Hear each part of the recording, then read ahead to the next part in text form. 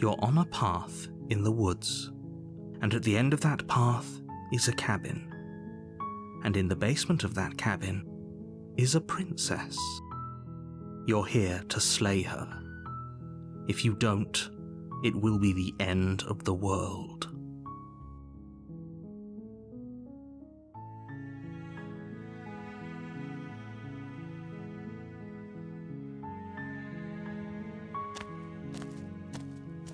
You make your way up the short path to the cabin. You'll find the princess within. We're not going to go through with this, right? She's a princess. We're supposed to save princesses, not slay them. Ignore him. He doesn't know what he's talking about.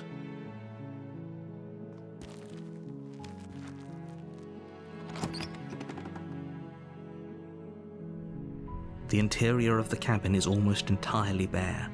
The air is stale and musty, and the floor and walls are painted in a fine layer of dust. The only furniture of note is a plain wooden table.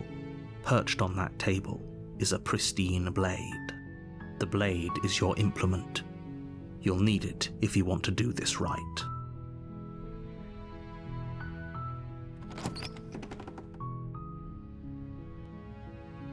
The door to the basement creaks open, revealing a staircase faintly illuminated by an unseen light in the room below.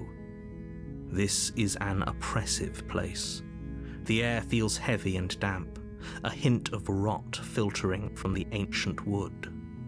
If the princess really lives here, slaying her is probably doing her a favor. Her voice softly carries up the stairs. Hello? Is someone there? It's hypnotizing. It's the kind of voice you only have to hear once to remember it for the rest of your life. Don't let it fool you. It's all part of the manipulation. You're playing a dangerous game by coming here unarmed.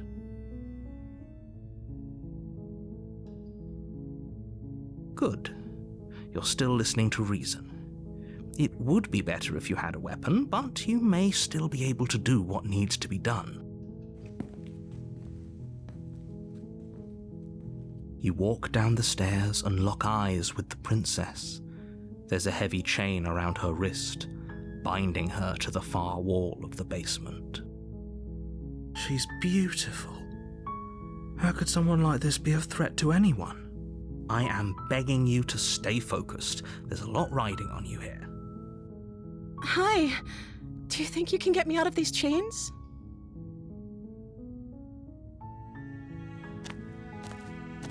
Only making this more difficult. Thank you. Thank you. You're making a huge mistake. No, you're doing the right thing. You walk up to the chains binding the princess to the wall and give them a tug. They're large and heavy, far too solid for you to even imagine trying to break them apart. I'm guessing you don't have the key? Maybe it's somewhere upstairs. Doubtful. Whoever locked the princess away down here intended for her to never see the light of day. They wouldn't have just left the key to her chains somewhere in the cabin.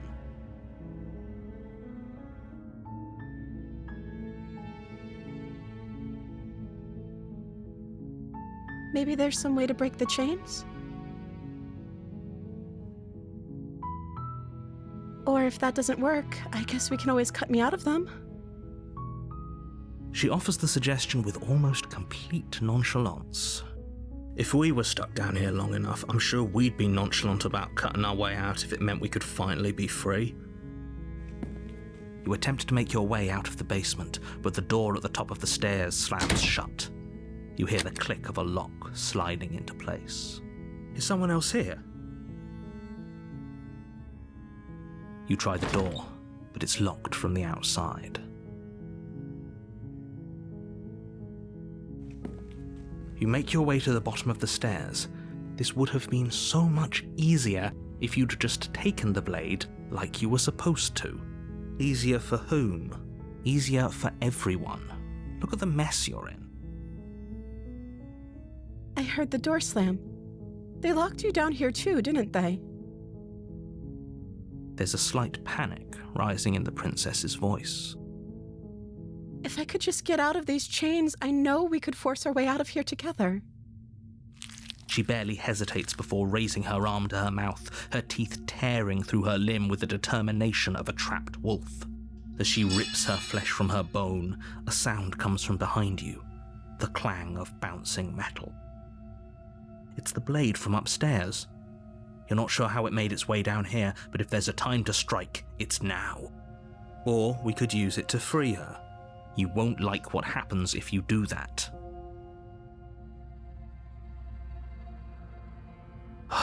Fine. Against your better judgment, you place the blade against the ragged, self-inflicted wound on the princess's arm, just above the unyielding chain binding her to this place. You cut into her flesh. The blade is sharp, and it takes little effort to crack through the bone of her arm. Her limb falls to the ground, and the heavy chains follow suit. She didn't so much as utter a sound through the whole ordeal. No, she didn't. She smiles softly as her gaze meets yours, blood from her wounded arm dripping rhythmically to the ground. How is she still smiling after everything? It's like she isn't even bothered by what just happened. Thank you. Now let's get out of here. No, we won't have any of that. The stakes are too high. You can't just let her escape into the world. No, I can't just let her escape into the world. As the princess approaches the bottom stair, your body steps forward and raises the blade. Wait, this isn't fair. You can't just do that. Watch me. What are you doing?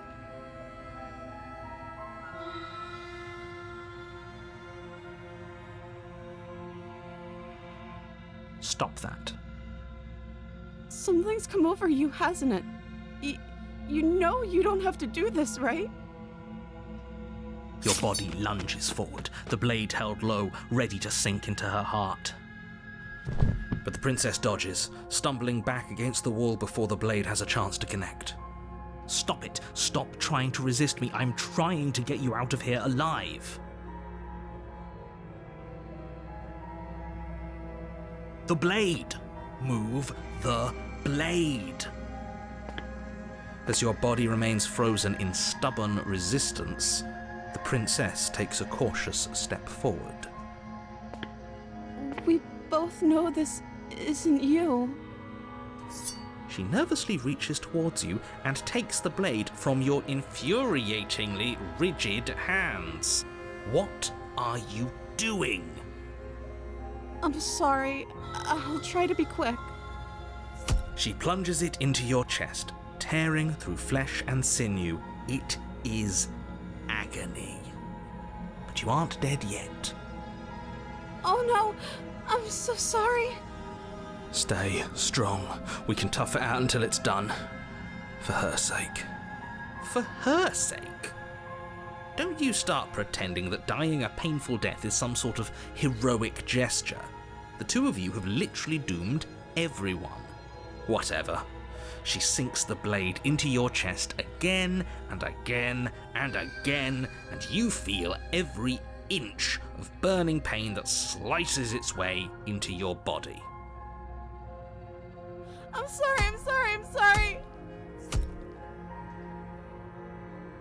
She doesn't know how to use a knife, does she?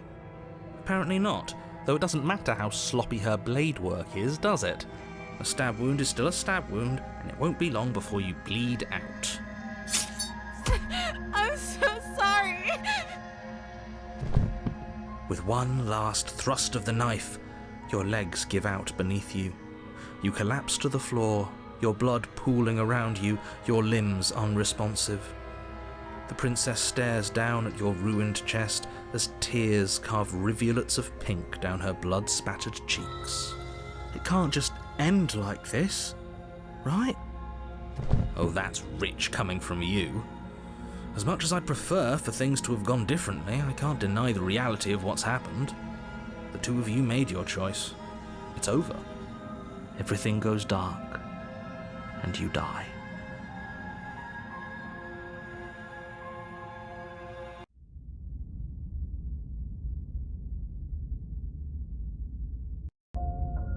You're on a path in the woods, and at the end of that path is a cabin. And in the basement of that cabin is a princess. You're here to slay her. If you don't, it will be the end of the world.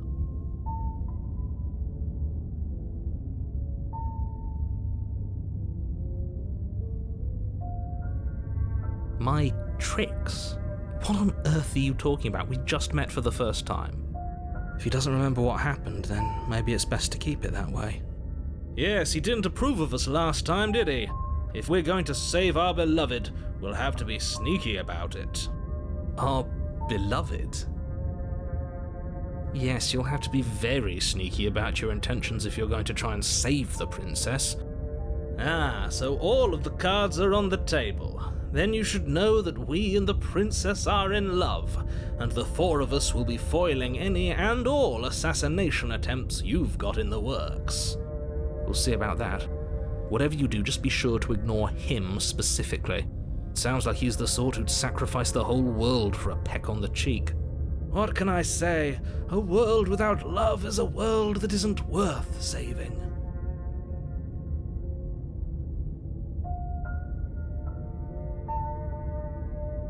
Those are two very different questions, but fine, I'll indulge you if that's what it takes to get you moving. Let's say for a moment that this really is the second time you've met me, or at least a version of me. You died last time, which probably only happened because you didn't listen to me. You were the one who did us in, villain. Well, not you in the literal sense, but you did everything you could to stop us from rescuing her. Oh, I wonder why. Maybe it's because the entire world was at stake. No lone princess is worth that price. I beg to differ. I'm not going to argue with you. I'm just going to take a deep breath and assume that whoever is making the decisions here has the common sense to ignore your protestations. Anyway, I believe your second question was, what's the point of doing anything? If you're asking that, it sounds to me like you're making the rather dangerous assumption that your actions last time around didn't have any consequences. What do you mean? Of course there weren't any consequences. You forced the princess to kill us, and now everyone's right back where they started. That sounds pretty consequence-free to me. Yes, but in this purely hypothetical scenario, that begs the question of how you got back here. Did time simply rewind itself, or were you instead transported to a different world entirely? If it's the latter, what do you think happened after you died? Do you think the people there lived happily ever after? Or do you think that the princess, left unhindered, brought about the end to everyone and everything just like I told you she would? She would never. She's a perfect angel that you cruelly imprisoned as part of some convoluted, dastardly scheme. Convoluted? I don't know how this premise could be any more simple. Princess bad, stop her, save everyone.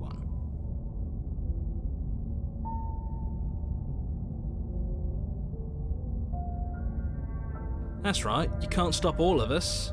We're going to sweep her off her feet if it's the last thing anyone does. Are these really the sorts of people you'd like to align yourself with? You're not at the cabin yet. You still have plenty of time to reflect on the situation. I just hope for all our sakes that you make the right call.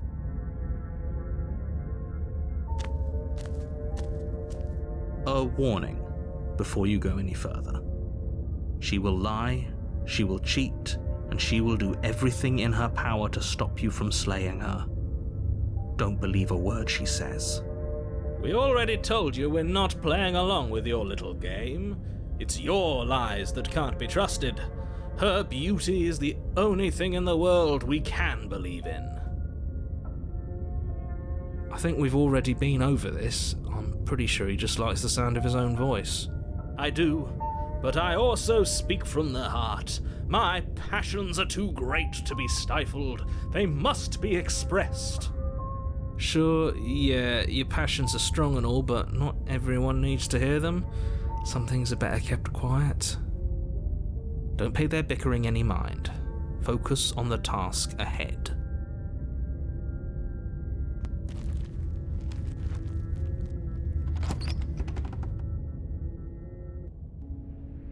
The interior of the cabin is clean and elegant, its stone walls draped in fine-threaded tapestries, a prison befitting a royal prisoner. The only furniture of note is an ornate wooden table with a pristine blade perched on its edge. The blade is your implement. You'll need it if you want to do this right. Very different. Is it? I can't say I was paying much attention to the scenery last time around. Maybe that's because you haven't actually been here. I hope this means you'll finally drop that ridiculous past life nonsense. You haven't died, and you certainly haven't been killed by the princess. So focus up. Stop letting yourself get distracted.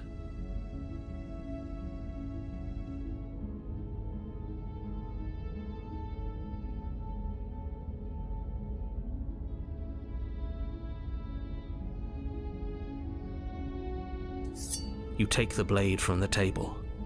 It will be difficult to slay the princess and save the world without a weapon. I suppose if we're to play the role of dashing knight, we need an equally dashing sword. That way she'll know we can defend her from her enemies. Hopefully it doesn't put her on edge, and hopefully it doesn't get turned on us again. There's no use arguing over motivations right now. It's good that you took the blade. You'll need it to do your job.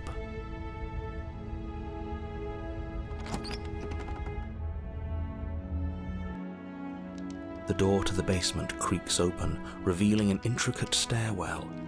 Gold-trimmed carpet glimmers in the light of the torches positioned along the walls. The basement almost seems welcoming in the dim firelight. But it's still a stone basement. If the princess lives here, slaying her is probably doing her a favor. A soft voice carries up the stairs. Hello? Is someone there? Her voice. It's somehow even more beautiful than last time. I can hear wedding bells already. I've held my tongue till now, but you're taking this a little too far. We barely even know the princess. We can still do right by her without all this over-the-top fawning. Yes, for everyone's sake, you're not in love. Just remember that her charms are all part of the manipulation. You walk down the stairs and lock eyes with the princess. There's a heavy chain around her wrist, binding her to the far wall. My love, we're here to rescue you from your unjust and foul imprisonment. You know she can't hear you, right? She may not be able to hear my words, but surely she can hear my spirit. Oh, your spirit's plenty loud, all right. It's you, my dashing hero. I was so worried you wouldn't come back. Did you hear that? She said we're dashing. And she called us a hero. Flattery really goes a long way with the two of you, doesn't it? Waiting for you to come back. I didn't want to believe your ravings back in the woods, but this is next to incontrovertible evidence. You've been here before. That's right, villain, and you killed us. Well, she killed us. Only because he made us try and kill her. It was self-defense. Our beloved's hands remain unstained by cruelty. And you've died before. So an entire world has been damned to oblivion. I'd really hoped I'd be the first, but what's done is done. What matters is you have a chance to do it right this time. Now, hold on. If she actually ended a world, are you sure we want to do this? Are you sure we want to rescue her?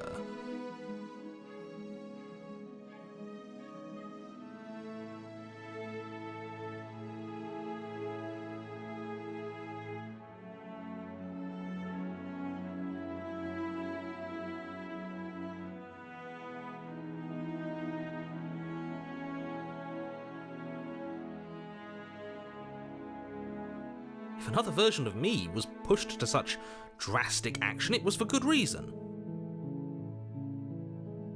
That's okay. You were just doing your best, and that's all that matters. She took that in stride, to a surprising extent. An almost unsettling extent, actually. That's because she's perfect. Do you think she has someone like him telling her what to do? she doesn't. There's no one else like me. I think he's right, because I like it better if she doesn't have some horrid little voice like him, always trying to drive her to violence.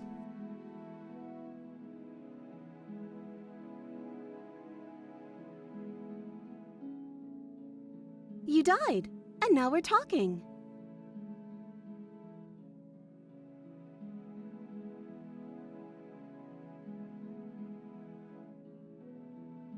I don't know. Was I supposed to have ended the world?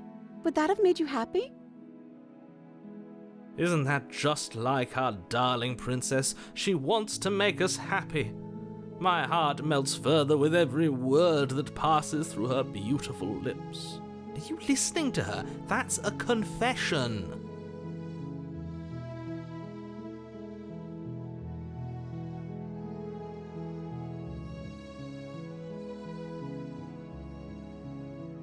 Then I didn't end the world. See? She didn't confess anything. She is innocence itself.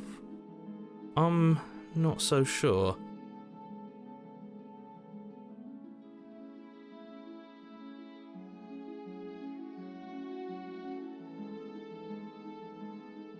I'm okay with whatever you come up with. You can cut my arm off again. We won't be laying a finger on her perfect wrists, and indeed, we won't even have to. Do you see how dainty her hands are? We'll be able to slip her right out with no harm done. What? No, she's a prisoner here. You can't just slip her hand through the chains. Why are you two arguing over the logistics of slipping her hand out of her shackles? She just said she'd be okay with any idea we came up with. Am I the only one here who thinks that's weird? She didn't care last time. Why should she care this time? That's our stoic, smiling angel. No, you're right. It's extremely bizarre behaviour and further evidence that she's a monster who's not to be trusted. So go ahead and slay her. I'm sorry. Didn't you want me to? Did we? We warned her of the cruel forces seizing our body. That's practically telling her to kill us. She is our beloved, and she made the choice to free us of our misery, to show us mercy and make the best decision for everyone. She made the best decision for her. Don't be so quick to assign kindness. You're just opening yourself up to manipulation.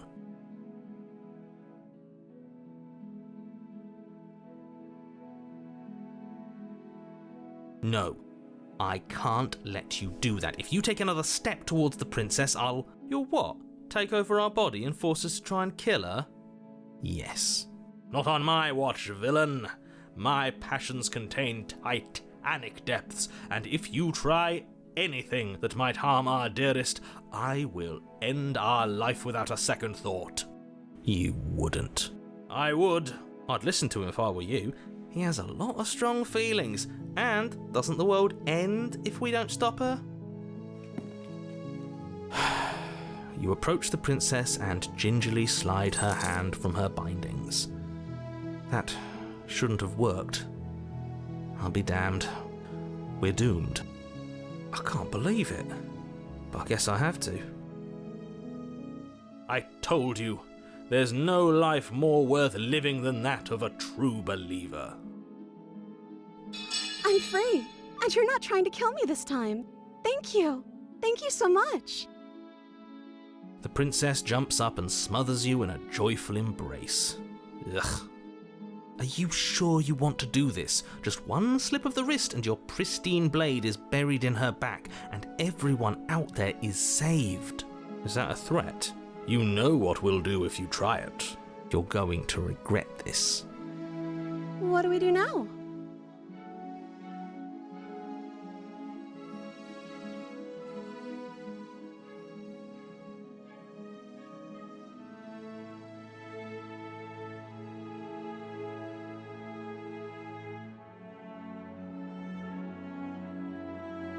Sounds perfect.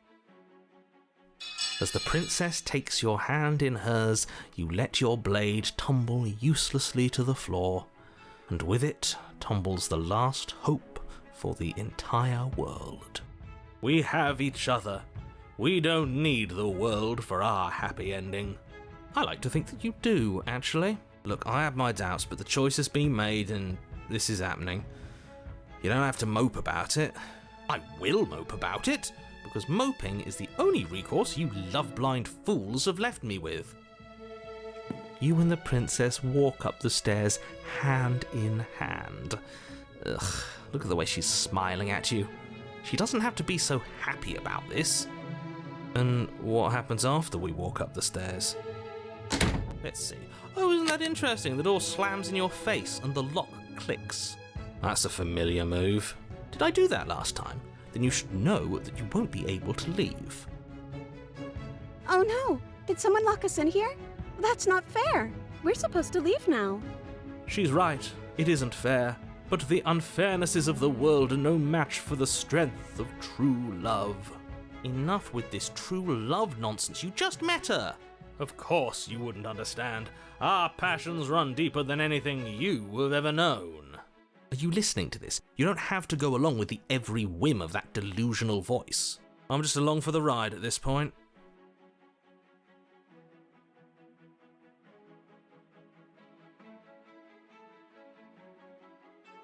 Well, I don't know. Do you think I can? Of course she can. You believe in her, right? Nobody is leaving this basement. Okay. Yeah, let's do it.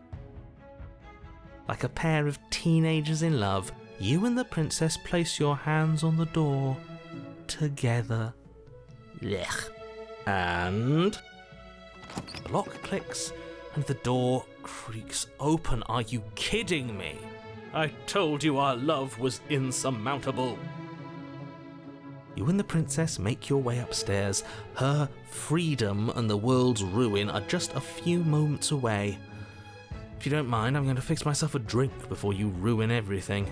If I'm about to see the end of the world, I'd rather not see it sober. You know, if her walking out that door is really going to end the world, can't we all just stay here? Seems like an easy win for everyone. That's not how this works. Yes, what he said. That's not how this works. Obviously, we have to leave with her. It's our happy ending.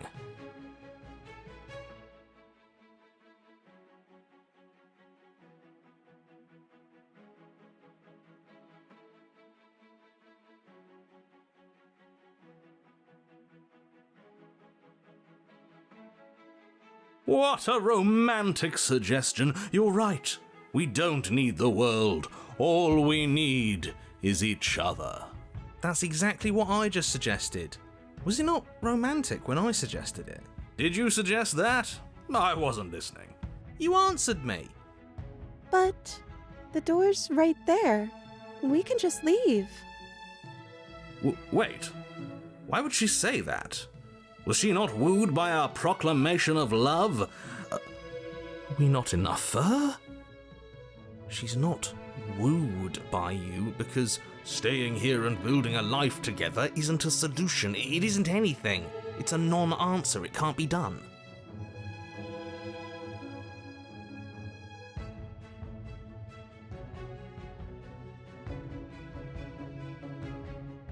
But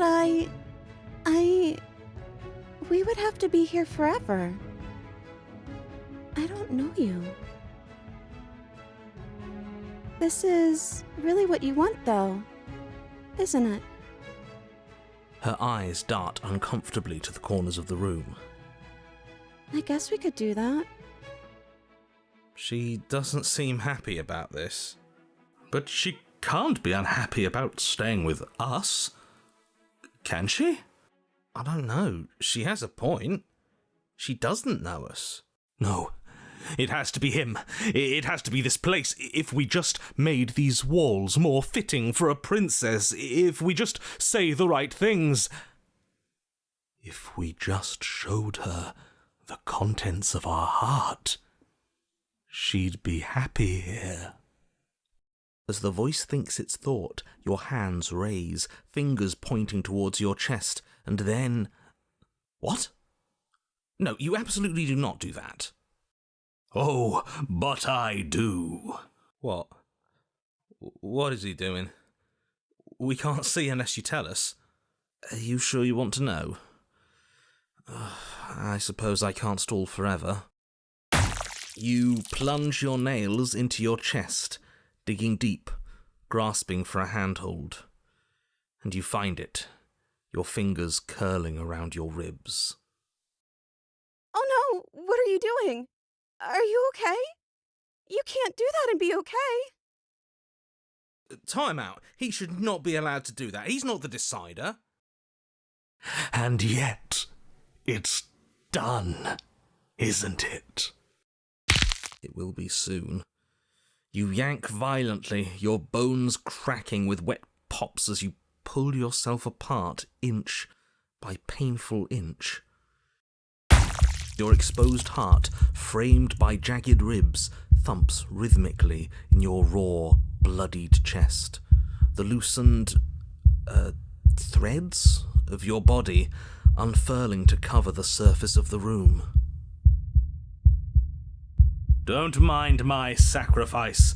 It's a fair price to pay to give her everything she doesn't know she wants.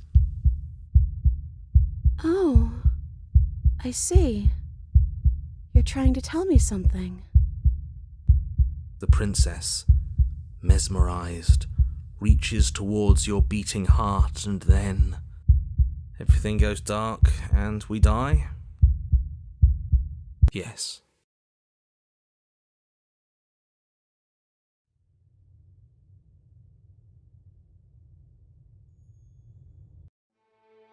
You're on a path in the woods. Mate, we're clearly already in the cabin.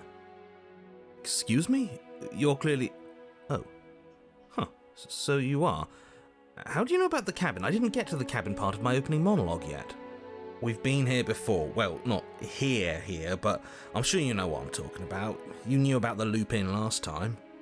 Now, he's clearly disorientated. I'm sure all this new info is going to come as quite a shock to him. Best if we're gentle. And right on cue, here's the new guy. Welcome! Thank you. I'm just happy to be here. Okay, yes, I get it. You've been here before. That's terrible. You know that, right? Because the only reason you would have been here before is if you failed in whatever world you'd come from. Meaning you doomed an entire other reality. But I'm sure since you're so well-travelled, you know that, yes? Well, we know that now, thanks to you. We're all so lucky to be stuck with, working with someone so well-informed. You can count on us to do things right from here on out. I'm going to describe the room now. The interior of the cabin is vast and regal. High arched windows line the walls, their multicoloured glass casting kaleidoscopic patterns across the stone floor. An iron chandelier hangs from the vaulted ceiling, its many candles lit with flickering light, vaguely illuminating the massive room. This is a house fit for royalty. Before you, there isn't a blade, is there? That's not good.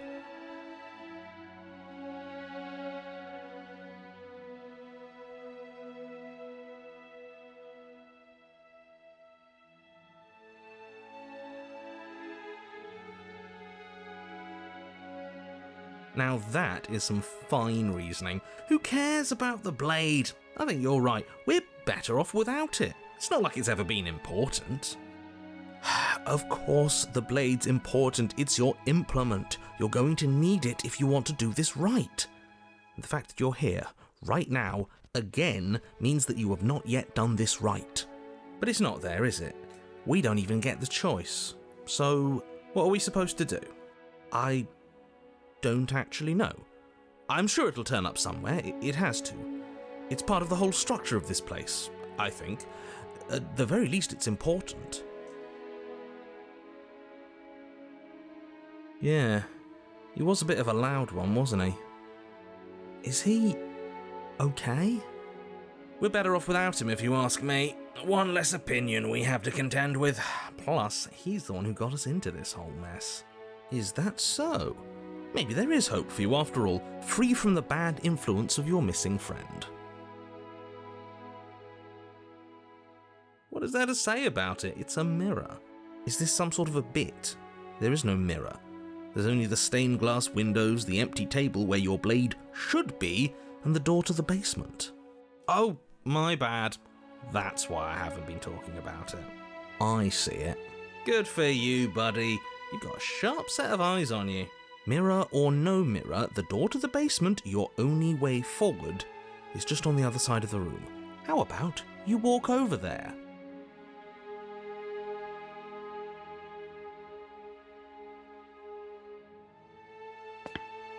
You cross the room, stopping just in front of the door to the basement. What is this about that supposed mirror? Just reach forward and fumble around a bit. I'm sure you'll find the handle. Well, shall we have a look at ourselves? You reach forward, your hand instinctively wrapping around the handle. It's gone. I'm just glad we can all agree on a shared reality. And then you push the door open. Marvellous. We can proceed. It would seem that the stairs to the basement don't lead to a basement at all. Rather, they go up. They're draped in fine carpet too, one that feels pleasantly soft against your feet. If the princess lives here, slaying her would probably... no, that doesn't work here at all. This place is nice. It's fancy, even. I have to say, whatever you did in your previous lives, I deeply dislike how much it's thrown me off my rhythm. Don't worry about it, boss. You're doing great. I'm not, but I appreciate the encouragement. Well, if all of this has thrown you off your rhythm so much, then maybe we don't have to slay the princess. No, you absolutely do. Just because she lives in a nice house doesn't mean she doesn't pose a direct threat to all of reality. It's in her very nature. Her voice, gentle and warm, with an undercurrent of fatigue, rolls down the stairs. You're home. Dinner's ready. As much as I desperately want to know what happened last time, we are not going to examine it. The more we think, the worse this gets. Why are you so on edge? This is much nicer than what we're used to. I'd like to have dinner. Dinner sounds nice. Gotta say, I'm with him on this one, boss. When have nice things ever been a problem? That is the problem. This isn't supposed to be nice, and she's supposed to be a prisoner. I need to stop talking. I need to stop talking. Just go upstairs, okay?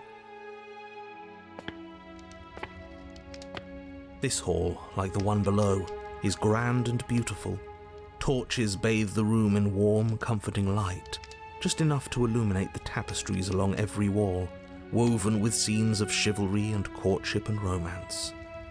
The many cloth eyes are fixed on each other, gazes averted from the long table in the centre of the room, the princess seated at its far end. Your pristine blade glints in the weak torchlight, hanging from a golden chain around the princess's neck.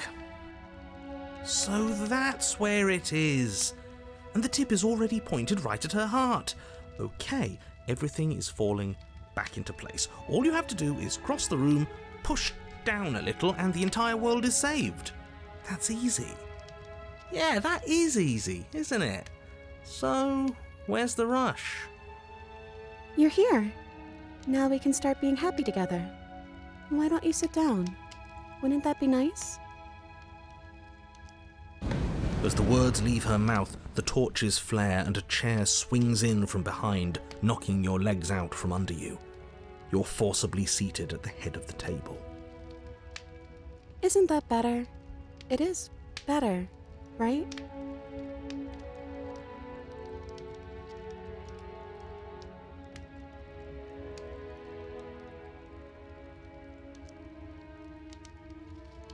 It's our happy ending, just like you asked for.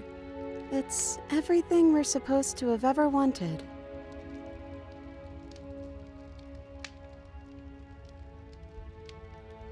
Oh, right, dinner. I'd totally forgotten about it. The flames burn bright and a shadow dives across the table. In its wake, it leaves a feast. Go ahead and dig in. I'm sure you're hungry. Am I ever? And look at this spread. It's a feast fit for a king.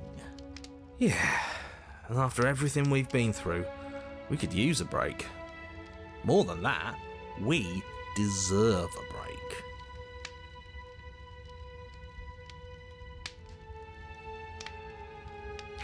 You begin to feast, and the princess follows suit, her soft smile never fading. The food is more exquisite than you ever could have imagined.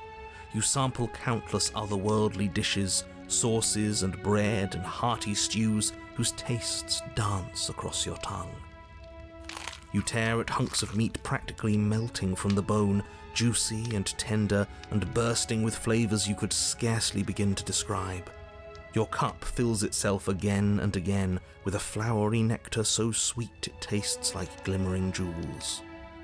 This really is perfect, isn't it? It is the best meal you've ever had. But then it's over, and you're just as hungry as when you began. Wasn't that perfect? We should do it again. The shadow washes across the table, clearing and replating. The feast is once again laid before you. The food is good. Again, you tear into golden crispy flesh, dab at the slurry of aromatic sauces on your plate with thick-crusted bread, sip your goblet of sparkling gems. But you have done this already. A good meal is still a good meal, and we didn't even have to clear the dishes. I'm happy. And then it's over, and you're just as hungry as when you began. You're still hungry too, right? I know this wasn't as good as it was last time, but we just have to do it again. That's all. It'll be perfect if we just do it again. So the shadow sweeps over the table, clearing the old and laying out the new. And so you do it again. The meat is fine, the bread is fine. You sample the side dishes and they're fine too. You finish your goblet, the liquid within no longer glimmering on your palate, instead leaving your mouth coated in a tacky film. You put it down and it fills again. You do not drink more. Well, food is food, isn't it? Can't always be amazing. What matters is that we don't have to make it. Getting other people to do their hard work always improves the taste. Does it? Because it seems like the taste is getting worse, and we haven't had to so much as lift a finger. Regardless of quality, it's over again, and you're just as hungry as when you began. Again. No, something was wrong that time. But maybe I was just tasting it wrong. It looks just as good as it did the first time. It shouldn't taste like this. Again, the shadow replaces your feast, and again you eat. The meat is greasy. The bread is tough, its crust hurting your jaw as you chew. The grey vegetables are barely worth the effort of picking through. You don't even touch the goblet, its sickly sweet aroma utterly unappealing. I'm so tired of eating. Well, it's still free food we didn't have to make, right? Oh, am I kidding? We were eating like kings and now we're eating like pigs. At least you still have the memory of how good it was the first time, right? I'm so tired of this. As the words leave her mouth, one of the torches on the wall sputters and then goes out entirely. What just happened? Did I do something wrong? Not a fan of whatever just happened. I don't want to sit in the dark. Losers sit in the dark. I want to sit in a brightly lit, spacious room where we can see our beautiful, queenly wife. As if in response to the dousing of their brother, the other 3 torches blaze brighter, their flames licking at the walls. Their shadows deepen, dancing angrily across the stone.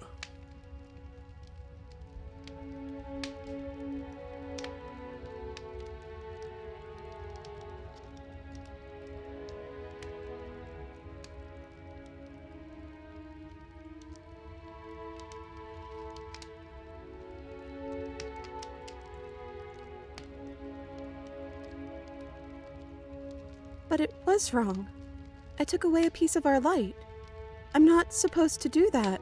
I don't want him to be upset with me.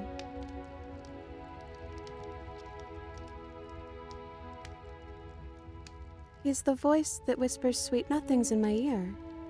I think he made this place for us.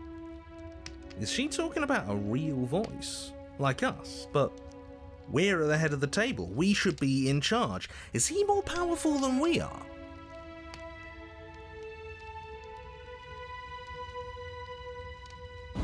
The torches flare and the shadow grows for a moment, but you don't receive a response. Giving us the cold shoulder, I say, asserting his dominance in the power structure. Regardless, it would seem that he, if there is a he, isn't something you can talk to. He says his words are just for me, but he wants me to ask, isn't this enough? Isn't this what you wanted him to do? He says he's tired, and I don't think he'll answer anything else you have to say. This isn't fair. If I could just talk to him for 2 seconds, I'm sure we could sort this out and figure out a balanced power structure that works better for everyone. But no, he's decided he's above talking to little guys like us, huh?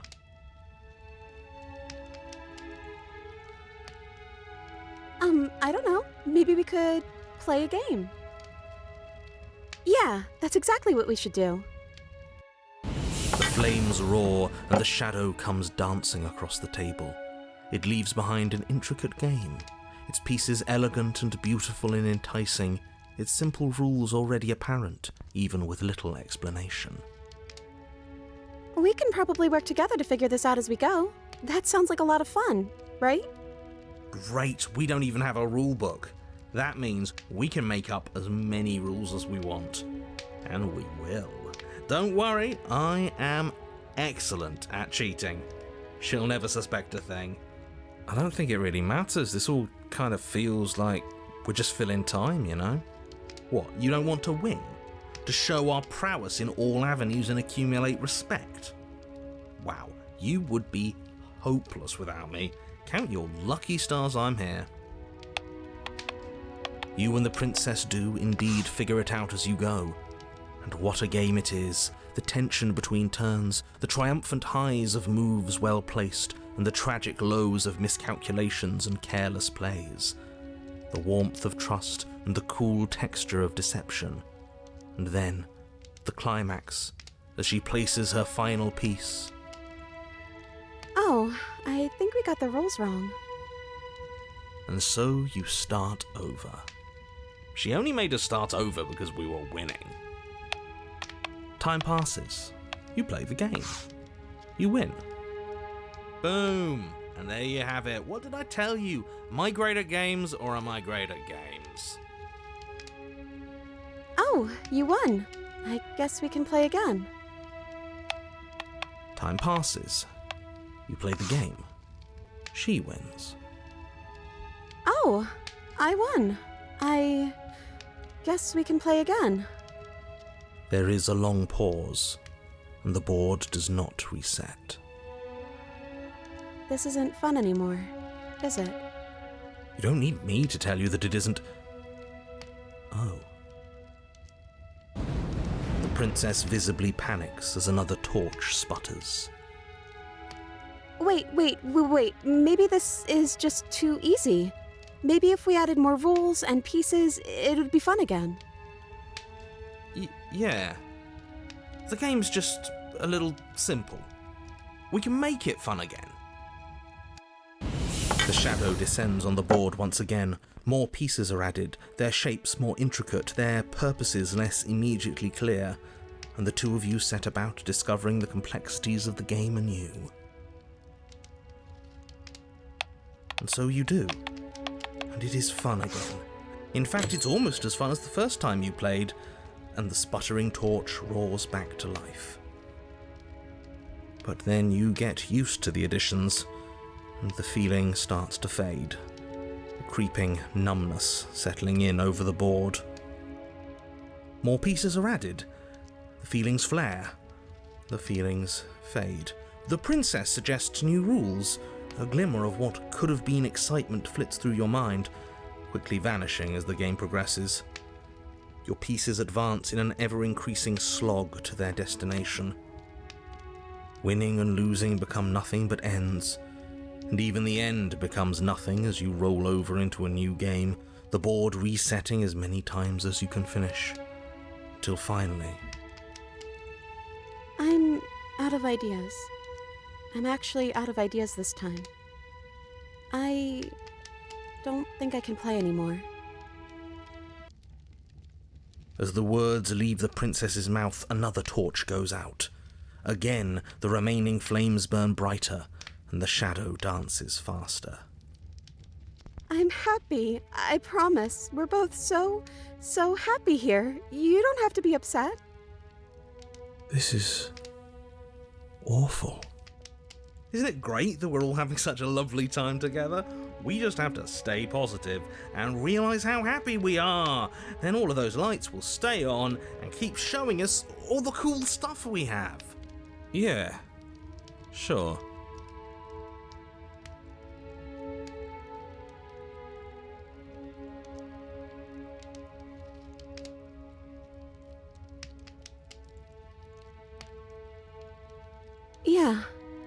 Yeah. We just have to keep the rest lit, and everything will be okay. The princess's eyes dart to the floor. We should do something fun. Wouldn't that be nice? How about... The princess's face drops as she pauses mid-sentence. Would you look at that? I'm out of ideas. The third torch sputters out. The princess's shadow dances furiously against the far wall. There's just one left. What's going to happen when it goes out?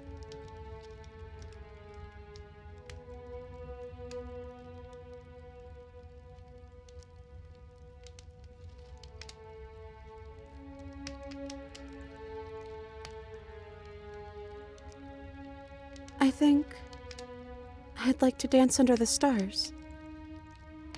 That sounds lovely. But there aren't any stars here. I'd have to leave. As she says that, the shadow rushes forward and tightens its grip on her wrists. I'm not happy here. I don't think I ever was. The princess sobs, burying her face in her hands as the final torch blows out.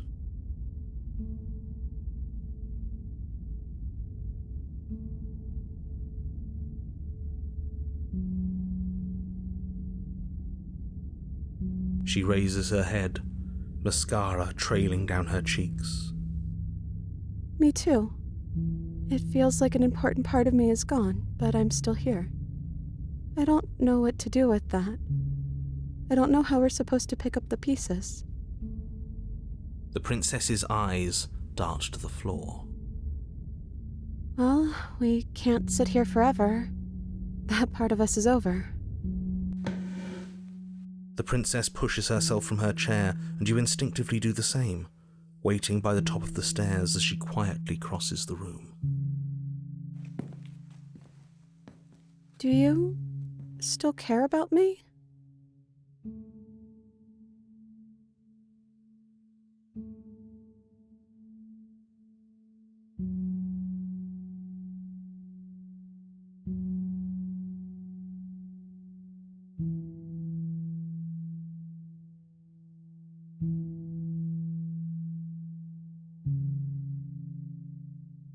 That's a nice thought.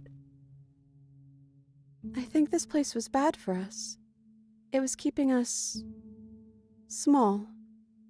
I think it's time for us to go.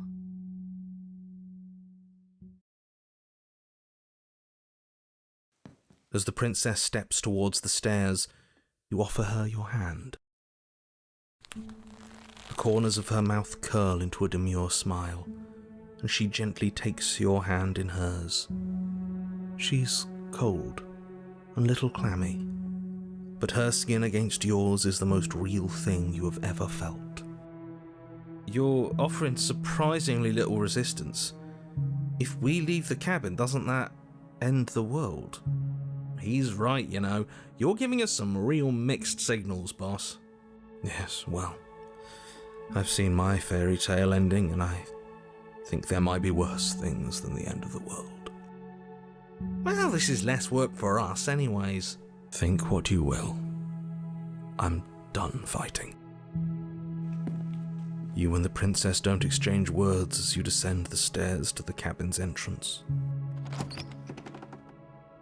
And then the two of you step out into the world.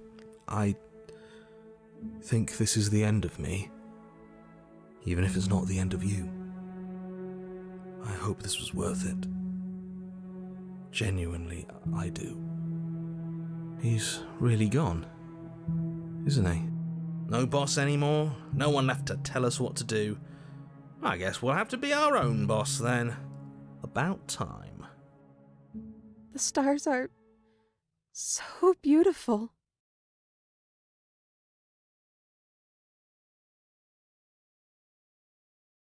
I meant it when I said I wanted to dance.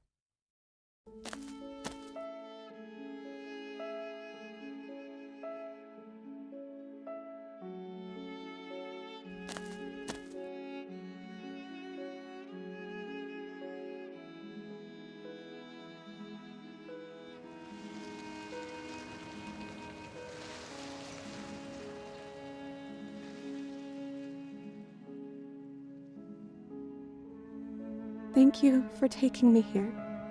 This is nice, even if it's a little cold outside.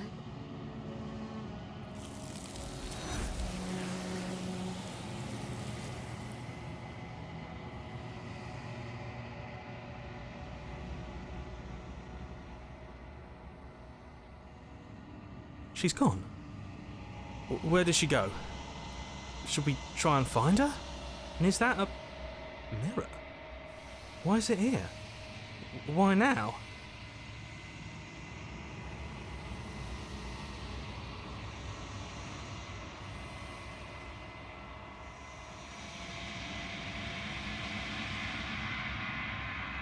This doesn't feel right. It feels different.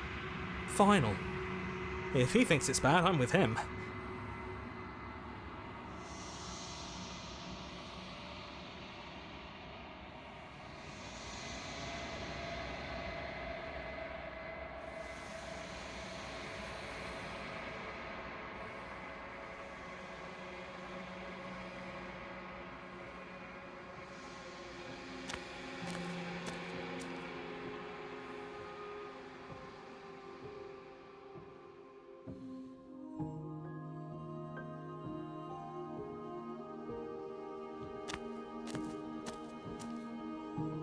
I am a growing chorus of contradiction, a mass of tides ebbing and flowing all at once in more directions than my attention can bear to hold. To look at any one is to shift them all into something new, and to look away is to reshape them yet again.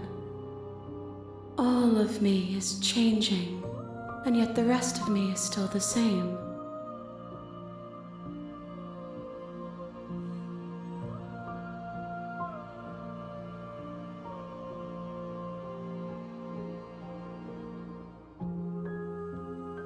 This one is a songbird in a cage of gilded shadows. She will make for an honest heart.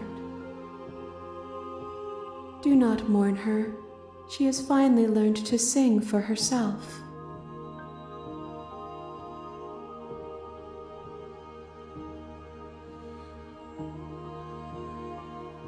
It changes me, but it doesn't make me worse, nor does it make me care for you any less. Does it make you worse? Do you resent me?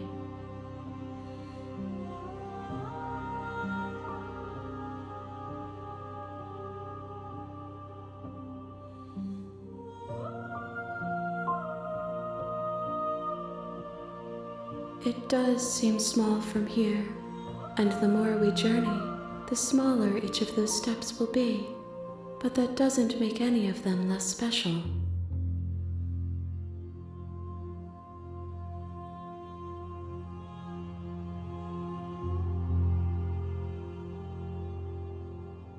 My perspectives are shadowed. You have seen what I have seen, just as I have seen what you have seen. The angles of my vantage do not offer me hidden truths, and my attention is turned inward, except when you are here with me. Perhaps this will change when our work is done.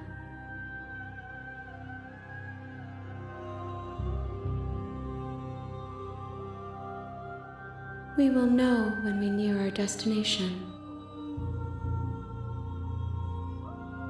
I will be here when it is time for us to meet again.